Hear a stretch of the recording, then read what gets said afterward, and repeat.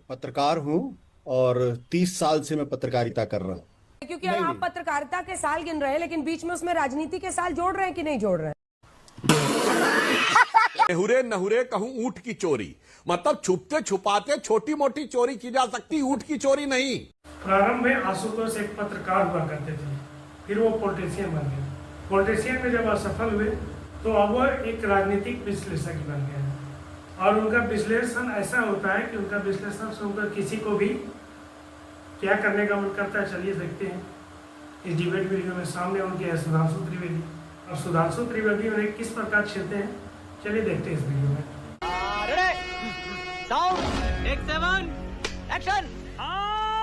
आशुतोष जी जी संवैधानिक पद पर है, जिन भी वजहों से हो, और वो तो अब हवा दे नहीं रहे हैं, क्योंकि उस दिन भी देखिए जैसे खबर आई थी, आप लाइव थे, मैंने यही कहा था कि इस खबर की पुष्टि सिर्फ वो कर सकते हैं। बाकी जितनी भी बातें कि अगले दिन के लिए मीटिंग फिक्स की थी, ये हुआ, 4 बजे के पीएससी में नहीं आए रिजिजू साहब, लेकिन बावजूद इसके अगर वो कुछ नहीं कहते हैं तो स्वास्थ्य कारण ही माना जाएगा। उपराष्ट्रपति बोल रहे हैं।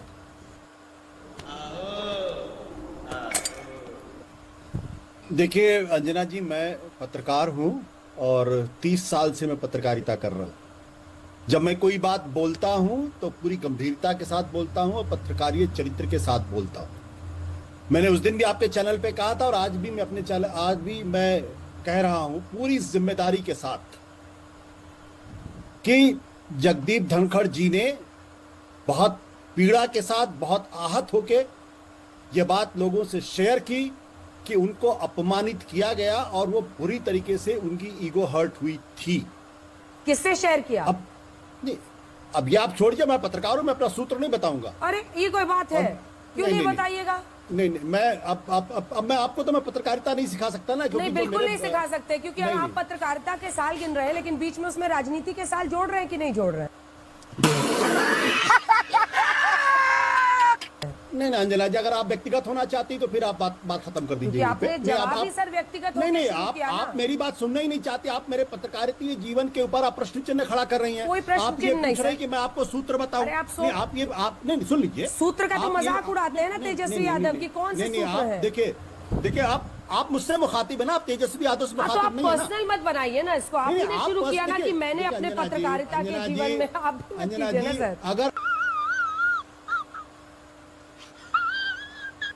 अगर इतनी पत्रकारिता समझ नहीं हो तो फिर दिक्कत हो जाती है ना। हाँ। मैंने कहा कि एक बार नहीं, मैं आज भी अपनी बात पर कायम हूं और पूरी मजबूती के साथ कायम हूं कि वो नाराज थे, वो पीड़ित थे, वो आहत थे और उन्होंने कहा था कि उनको अपमानित किया गया है। आज भी मैं एक शब्द पर कायम हूं, मैं उससे हट नहीं रहा हूं। चलिए ठीक, चलिए अरविंद जी, अरविंद जी वो कह रहे बात को लेकर नाराज। हाँ नाराज, बोलिए 2 लाइन पूरा कीजिए। हाँ, प्रश्न इस बात को लेकर यह है कि उपराष्ट्रपति के पद पर बैठा हुआ कोई व्यक्ति अगर अचानक इस्तीफा देता है, स्वास्थ्य कारणों से अगर इस्तीफा देता है, तो मैं ये मानता हूं कि सुधांशु त्रिवेदी जी और राजनाथ सिंह इस संसद के अंदर सबसे शालीन विनम्र व्यक्तियों में से। अगर किसी आदमी का स्वास्थ्य खराब होता है तो सबसे पहले ये लोग होंगे जो जाकर उनसे मिलेंगे और ट्विटर पर आके उनकी शुभेच्छा करेंगे, उनसे पूछेंगे। लेकिन मैं देख रहा हूं कि देवेंद्र फडणवीस के नाम पर तो शुभकामनाएं दी जा रही हैं, उनकी भूरी भूरी प्रशंसा की जा रही है, लेकिन ना तो सुधांशु जी ने कोई बात ट्विटर पर लिखी है और ना ही राजनाथ जी ने लिखी है, सिर्फ प्रधानमंत्री जी ने लिखी है। ये क्या दर्शाता है? इससे साफ पता चलता है कि कहीं ना कहीं कुछ गड़बड़ है। अन्यथा खुद सुधांशु जी फलों की टोकरी लेकर उनके पास जाते, उनका स्वास्थ्य पूछते और उनको बुके देते। ठीक है, इसी का जवाब सुधांशु जी से ले लेते हैं, फिर अरविंद जी आपके पास आएंगे। सुधांशु जी, आपको विनम्र होने का सर्टिफिकेट तो आज मिल गया, लेकिन आप फल की टोकरी लेके अभी तक नहीं गए, इसका जवाब दीजिए। देखिए फल की टोकरी लेके फिर वही मैं बात कर, सार्वजनिक नहीं दिया जाता। पिछली बार भी जब उपराष्ट्रपति जी एडमिट थे तो किसी के स्वास्थ्य के बारे में व्यक्तिगत स्तर पे मेरा कोई उस समय का ट्वीट दिखा दें और फल की टोकरी लिए हुए वो दिखा दें। इसीलिए मैं मानता हूं कि आशुतोष जी वरिष्ठ पत्रकार हैं, ये गंभीरता से बात करते हैं, परंतु उतनी ही पूर्वाग्रहग्रस्त गंभीरता के साथ भी बात करते हैं। यह भी बात बहुत स्पष्ट होती है। अन्यथा इनको अपने विश्लेषण में जरूर बताना चाहिए, उपराष्ट्रपति के साथ इतना भद्दा मजाक करने वाले लोग आकर आज अचानक उनके प्रति सहानुभूति व्यक्त कर रहे हैं, या अपने आप में बहुत आश्चर्यजनक। हम लोग से पूछने की बजाय कि आपने ये किया था कि नहीं, प्रश्न ये पूछना चाहिए कि आपने वो किया जो भारत के संवैधानिक इतिहास में किसी ने राष्ट्रपति और उपराष्ट्रपति के साथ नहीं किया। और मैं चरण सिंह सापरा जी के लिए कहना चाहता हूं एक लाइन, अंजना जी, ये कठपुतली प्रधानमंत्री बनाने का तो इनका अनुभव है। श्री पीवी नरसिम्हा राव भी कठपुतली दृष्टिकोण से ही बनाए गए थे, इसे कोई अच्छा माने या बुरा। श्री राजीव गांधी भी इसी दृष्टि से बनाए गए थे, 2 साल का अनुभव था उनको केवल।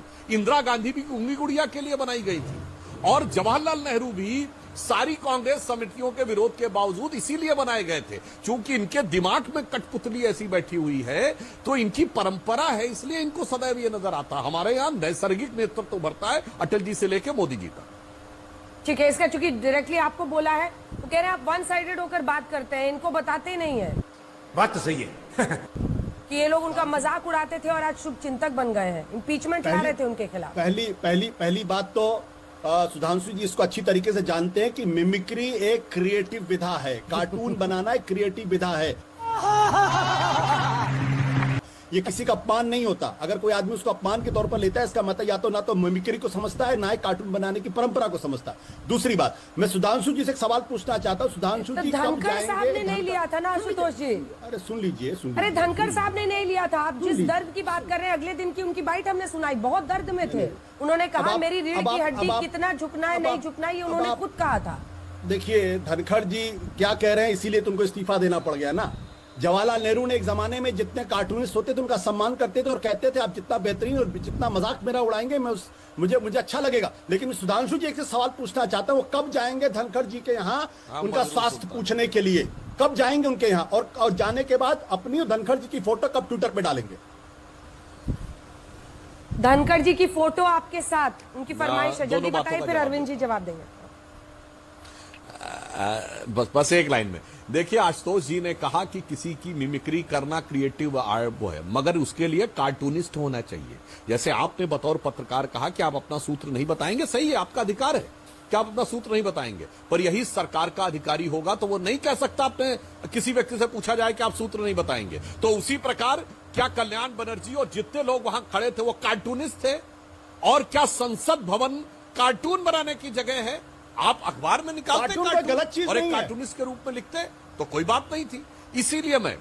इसीलिए मैं बताना चाहता हूं कि हर चीज का एक प्रसंग और एक मर्यादा होती है, और व्यंग भी यथार्थ पे किया जाता है। राहुल गांधी उस संसद के सदस्य नहीं है जिनको लेकर मजाक उड़ाया जा रहा था, इससे साफ होता था। और उसके ऊपर जब आहत हुए उपराष्ट्रपति, कितने लोग उनसे क्षमा मांगने गए? बताइए आप, विपक्ष के कितने लोगों ने उनसे संवेदना व्यक्त की कि साहब हम तो क्रिएटिव कार्टूनिज्म दिखा रहे थे, ये तो क्रिएटिविटी थी, आप इससे हर्ट हुए तो इसके लिए हम चैलेंज करके पूछता, बताइए कितने लोगों ने किया? क्रिएटिविटी नहीं थी, वो उपराष्ट्रपति देखिए सुधांशु जी, देश का दुर्भाग्य है कि आर के लक्ष्मण जैसे कार्टूनिस्ट आज नहीं है, क्योंकि हो भी नहीं सकते। अगर वो होते तो उनको जेल जाना पड़ता।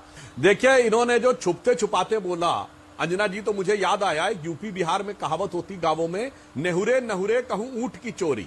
मतलब छुपते छुपाते छोटी मोटी चोरी की जा सकती, ऊंट की चोरी नहीं।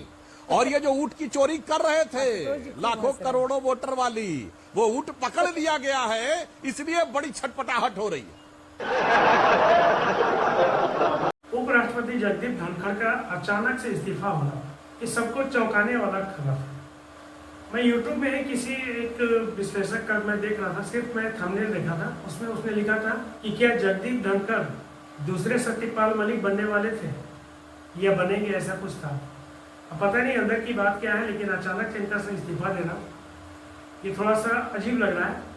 और साथ ही कांग्रेस का इतना समर्थन में आ जाना, विपक्षी दलों का इतना समर्थन में आ जाना, ये बहुत ही हैरत अंगेज बात है। आखिर अंदर की बात क्या है ये तो समझ में नहीं आ रहा, लेकिन डिबेट देखकर तो बहुत मजा आया, क्योंकि आशुतोष उनकी जो विचारधारा है और उनके विचारधारा पे जो जवाब सुधांशु त्रिवेदी का होता है वो बहुत मज़ेदार होता है। उम्मीद करता हूँ आपको भी बहुत अच्छा लगा होगा, मजा आया होगा वीडियो देख करके। मजा आया तो प्लीज़ लाइक कर दीजिएगा, दोस्तों को शेयर कीजिएगा, चैनल को सब्सक्राइब कर लीजिएगा। मिलते हैं फिर से नए वीडियो के नए मुद्दे के साथ, एक नए डिबेट के साथ। लेते हैं आपसे, धन्यवाद।